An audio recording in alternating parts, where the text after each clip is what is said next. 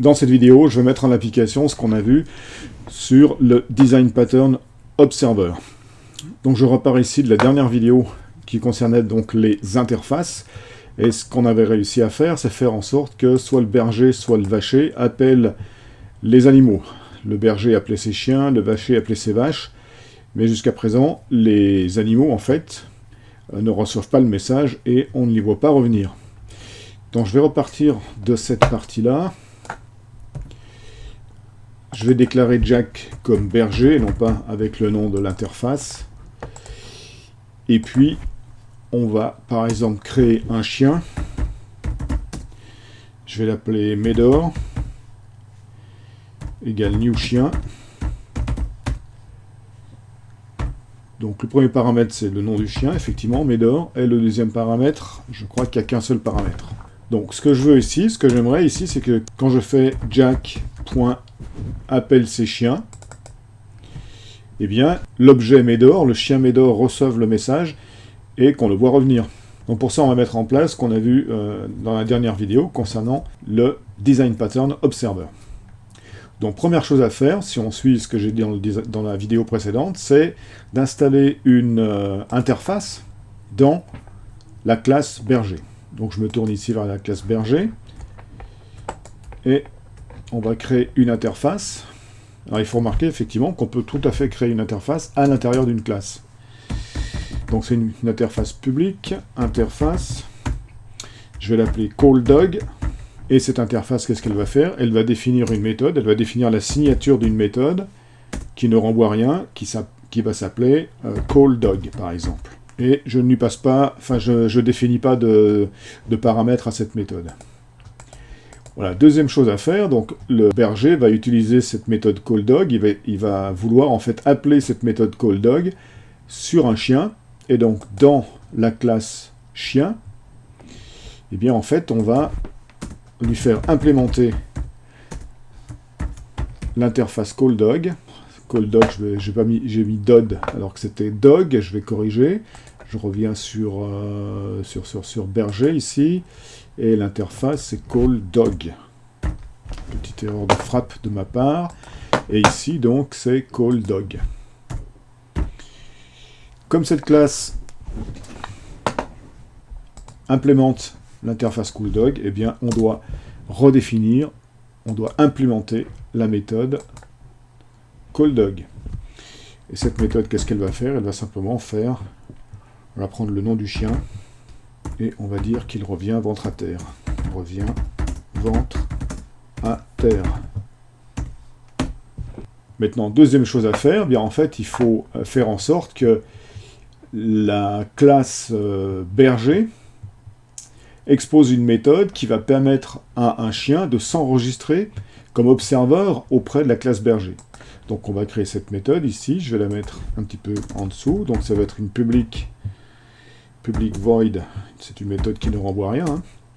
Public void register listener, on va l'appeler register listener. Qu'est-ce qu'elle prend en paramètre? Eh bien, elle prend un objet qui implémente l'interface CallDog, donc ici CallDog,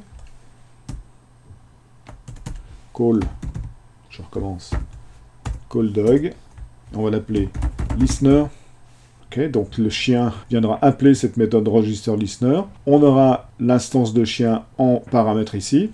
On va récupérer l'instance du chien ici et on va la stocker dans une variable. Donc il me faut ici une variable qu'on va appeler listener égale listener. Pour l'instant cette variable n'est pas créée, mais le compilateur va m'aider à la créer. Donc je mets le curseur dessus, je fais Alt Entrée et le compilateur me propose de créer le champ listener. C'est ce que je fais. Je vérifie qu'il a bien été créé ici. Voilà, il n'y a pas de problème. Donc maintenant, étape suivante.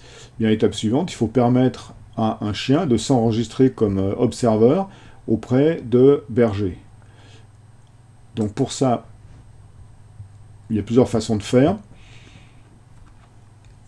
On peut utiliser le constructeur et passer au constructeur une instance de berger, mais pour l'instant on va pas faire comme ça. On va faire dans le programme du main ici, on va dire jack.registerListener, et on va lui passer en paramètre, on va lui passer en argument le chien Médor. Voilà, comme ça, on peut appeler directement ici Register Listener sur le berger et lui passer en paramètre le chien, c'est-à-dire l'observeur que le berger va appeler. Okay. Donc maintenant, qu'est-ce qu'il reste à faire? Il reste à faire en sorte que Jack appelle son chien, appelle ses chiens, il peut en avoir plusieurs, et on doit constater que le chien revient ventre à terre, que Médor revient ventre à terre. Vérifions que ça se passe bien comme ça. Donc, j'exécute le main. Ok, donc là, ça se passe pas tout à fait comme je voulais. On a bien Jack appelle ses chiens, mais le chien ne revient pas. Donc le chien n'a pas été prévenu. Oui, parce qu'effectivement, ce que j'ai oublié de faire, c'est effectivement de permettre à Jack d'envoyer un message vers le chien. Donc en fait, je vais revenir sur la classe berger. Et en fait ici, donc sur la classe berger, on a donc une référence du chien dans listener. Et quand on exécute la méthode appelle ses chiens, eh bien, il faut réellement appeler les chiens et non pas seulement exécuter le system.out ici. Et donc on va faire listener.callDog. Okay, donc on va exécuter la méthode callDog sur le listener enregistré ici. Et le listener enregistré, c'est Médor. Donc je vais recommencer, je relance le main. Voilà, et ce coup-ci, on a bien effectivement Jack appelle ses chiens et Médor revient ventre à terre. Donc on a bien eu communication entre les deux objets, et on voit que l'observeur a bien reçu le message et qu'il répond au message en revenant ventre à terre. Voilà, maintenant effectivement, étape suivante, eh bien Jack peut avoir plusieurs chiens, plusieurs animaux, et il faut être capable de faire en sorte que la classe berger soit capable d'enregistrer plusieurs listeners. Alors comment est-ce qu'on va faire? On va transformer ici la variable listener en une variable listener avec un S, puisqu'il y en aura plusieurs, et son type de données, ça va être une liste de callDog. Alors j'importe la classe list, et il faut transformer un tout petit peu, il faut adapter la méthode register listener, puisque maintenant cette méthode register listener doit enregistrer un listener particulier dans la liste. Alors d'abord, il faut créer une array list. Une liste, ça suffit pas, il faut une array list. On va l'instancier ici dans le constructeur de berger, et on va dire listener, avec un S, égale new array list. Donc on a une array list à notre disposition, et donc à chaque fois qu'un listener va vouloir s'enregistrer, qu'est-ce qu'on va faire? Eh bien, on va l'enregistrer dans l'array list, donc on va faire listeners avec un S.add, et on va lui passer l'objet qui cherche à s'enregistrer, l'animal qui cherche à s'enregistrer. Donc bien sûr, là, dans la méthode appelle les chiens, il va falloir parcourir l'array list pour pouvoir exécuter le callDog sur chacun des animaux enregistrés dans l'array list. Donc ici, on va dire on va utiliser une boucle, for each. D'accord. Donc register listener est modifié pour enregistrer chaque observeur qui cherche à s'enregistrer dans l'array list de callDog. Appelle ses chiens est modifié pour parcourir la liste des callDog, parcourir la liste des listeners, et pour chaque listener, lui exécuter sur ce listener la méthode callDog. Voyons voir si ça fonctionne. Donc je vais créer un deuxième chien. Je vais l'appeler Billy, égale new chien. Voilà, donc on va aussi enregistrer Billy, donc on va faire de nouveau jack.register et on va enregistrer Billy. On va exécuter la méthode Jack appelle ses chiens et on va voir si les deux chiens, Médor et Billy, répondent. Clear all, je relance. Voilà, c'est bien ce qui se passe. Donc Médor revient ventre à terre et Billy revient également ventre à terre. Donc ici, on a bien un objet, Jack, qui a réussi à communiquer avec deux autres objets, Médor et Billy. Alors maintenant, si on veut aussi que les animaux de type chat soient appelés, qu'est-ce qu'on va faire? Eh bien, on va modifier un petit peu la classe chat, donc elle étant animal, mais il faut aussi qu'elle implémente l'interface callDog. Alors, il faut changer le nom de l'interface pour qu'elle soit plus générique que callDog. Et on va implémenter la méthode. cette méthode, qu'est-ce qu'elle va faire? Donc toujours pareil, get nom. Et si c'est un chat, on va dire qu'il revient à toute allure. Il revient à toute allure. Et là ici, ce qu'on va faire, c'est qu'on va changer un petit peu la façon dont l'objet récupère la référence à l'objet A, c'est-à-dire au berger. On va ici utiliser le constructeur. Donc on a ici un constructeur matching super. Mais maintenant, ce qu'on va faire, c'est que ce constructeur va prendre aussi en paramètre un objet de type berger. On va prendre en paramètre un objet de type berger. Et dans le constructeur, il va s'enregistrer auprès du berger. Donc on va dire berger.registerListener et on va passer this en argument.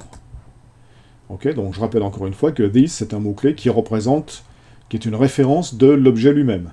Comme c'est un objet qui implémente callDog, eh bien on peut tout à fait le passer en argument de la méthode registerListener qui attend donc effectivement un objet de type callDog. Petite modification, bien ici, quand je vais créer un chat, alors attention, parce que là, le chat, il faut bien le créer après avoir créé l'instance de berger, ici. Et donc, on va créer un chat. On va l'appeler Minou. New chat. On passe son nom en argument, Minou. Voilà, et il attend un deuxième paramètre, qui est l'instance, la référence du berger. Donc ici, le berger, c'est Jack, donc je lui passe Jack en deuxième paramètre.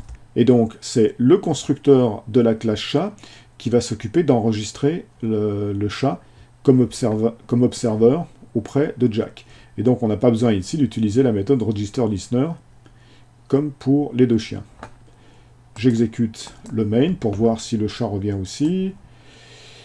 Et ce qu'on voit effectivement, c'est que Billy revient également ventre à terre. Alors pardon, Billy c'est les chiens, donc Médor et Billy c'est les chiens. On voit ici que Minou revient à toute allure. Hein, les chats reviennent à toute allure. Maintenant, voyons encore une autre façon de programmer et utilisons la classe cheval. Ce que je vais faire ici dans la classe cheval, on va utiliser le constructeur pour que le cheval puisse s'enregistrer auprès du berger. Donc dans la classe cheval aussi, je vais avoir besoin d'une référence au berger. Je ne vais pas faire en sorte que la classe cheval implémente l'interface callDog. Ce que je vais faire, c'est la chose suivante. Je vais dire berger.registerListener. Et là, au lieu de passer directement this, je vais passer une instance de l'interface. Je vais faire new callDog. Et vous voyez ce qui se passe? J'ai fait new callDog. Alors c'est licite, hein, puisque ce que je crée ici, c'est un objet qui a pour type de données donc callDog en fait. Hein, et registerListener attend bien un argument qui soit de type callDog. Donc ici, au niveau de la concordance des types de données, entre ce qu'attend le registerListener et ce que je lui passe comme type de données, il n'y a pas de problème. Et vous voyez qu'automatiquement, le compilateur m'a créé la méthode callDog, sans que j'aie eu besoin d'implémenter l'interface callDog. En fait, je l'ai fait d'une certaine façon ici. Et donc, automatiquement, la méthode callDog a été créée. Et donc, il ne me reste plus qu'à programmer cette méthode pour indiquer que le cheval revient au galop. Donc, on va dire ici getNom, le nom du cheval. Et qu'est-ce qu'il fait, ce cheval? Il revient au galop. Okay, donc là, une construction un peu particulière, mais je vous conseille de bien regarder cette construction parce qu'on la rencontre assez fréquemment en programmation Android. La raison pour laquelle j'en parle. Donc voyons voir maintenant comment cela va fonctionner. Quand je vais instancier la classe cheval, il faudra que je passe en premier argument son nom et en deuxième argument une référence au berger. Un petit peu comme pour le chat. Hein. Donc ici, je vais créer un cheval, je vais instancier un cheval. Je vais l'appeler Rocképine. Et je vais faire new cheval, à qui je vais passer donc en premier paramètre le nom du cheval, et en deuxième paramètre Jack, le berger. Alors si j'écris pas correctement, ça ne marchera pas. Voilà, Jack le berger, et le nom de ce cheval, c'est donc Rocképine. Donc vous voyez que là c'est plus compact. En passant la référence du berger en deuxième argument, j'ai plus besoin de ce genre d'instruction. Alors, voyons voir si le cheval est à l'écoute du berger quand il l'appelle et s'il revient au galop. Donc pour ça, j'exécute main. Et alors, qu'est-ce qu'on voit? On voit effectivement que les deux chiens reviennent ventre à terre, que le cheval revient au galop, et que le minou revient à toute allure. Ok, et donc, conclusion, bien, j'ai utilisé plusieurs syntaxes, plusieurs façons différentes d'établir la communication entre Jack et ses animaux, entre Jack et ses chiens, entre Jack et son chat, entre Jack et son cheval. Mais on voit que, eh bien, à chaque fois, Jack a pu communiquer avec ses animaux et les faire revenir. On a la preuve ici, parce que les animaux répondent à l'appel et reviennent effectivement.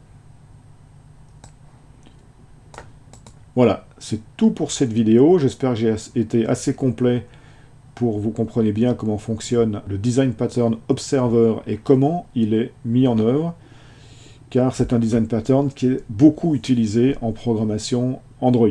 Voilà, je vous dis à la prochaine vidéo.